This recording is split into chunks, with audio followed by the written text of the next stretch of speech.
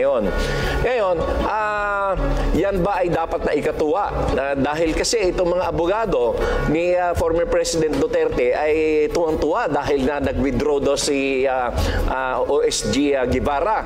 Yan hindi nila dapat ikatuwa sapagkat kahit mag-withdraw naman si OSG Guevara, meron namang kapalit. Itong si Secretary Jesus or Boying Rimulya. Kaya tuloy-tuloy pa rin ang kaso na yan. Ngayon, yun bang kanilang habeas corpus ay yun ba ay may kahinanatnan ang kanilang petisyon na yan? Wala. Nada. Kasi wala na dito si Duterte, nandun na sa Netherlands at wala na jurisdiction ang Philippine courts dito para utusan ang Netherlands o ang The Hague or ang ICC na ibalik nila dito si Duterte.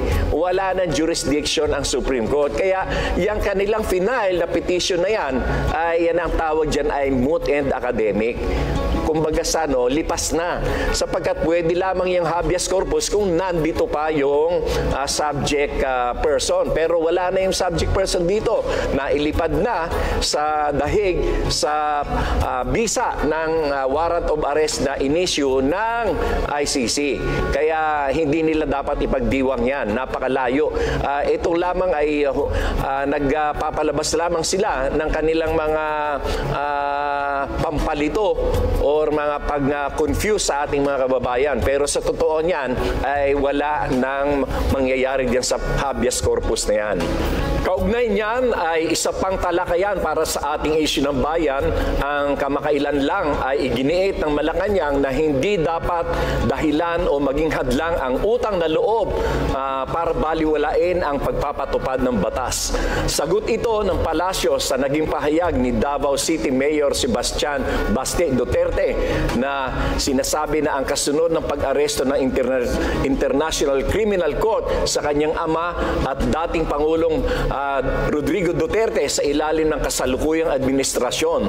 Ang sinasabi dito ni Mayor Baste ay wala daw utang na loob si Presidente Bongbong Marcos dahil kasi pinalibing ni dating Pangulong Duterte ang labi ng kanyang ama na si the late President Ferdinand Marcos Sr.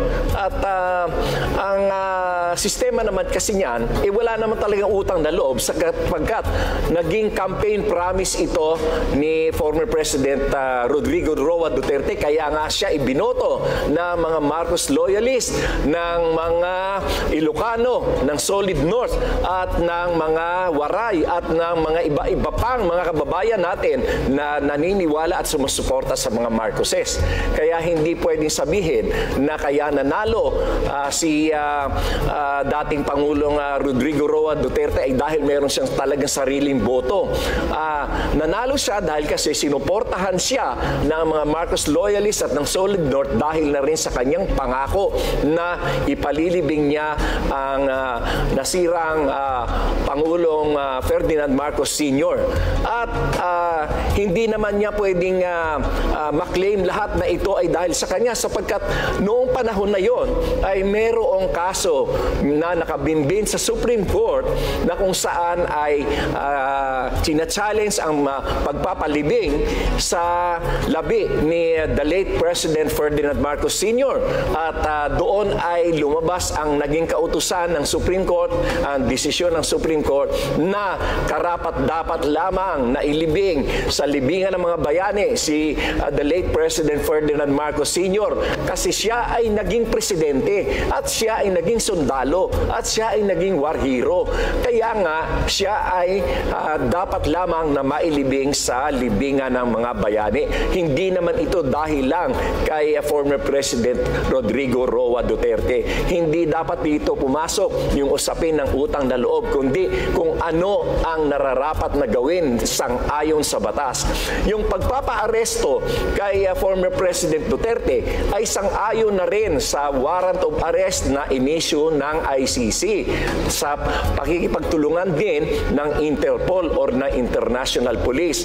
Ngayon, sinasabi nila na wala raw jurisdiksyon ang ICC sa ating bansa sapagkat tayo ay nag-withdraw na noong 2019. Ito ay isang hindi rin kumpleto na pamamahayag sapagkat noong 2021, July 2021 ay nagpalabas na ng kautusan o ng desisyon ang Korte Suprema na ang Pilipinas ay obligado, ang sabi sa desisyon, obliged to comply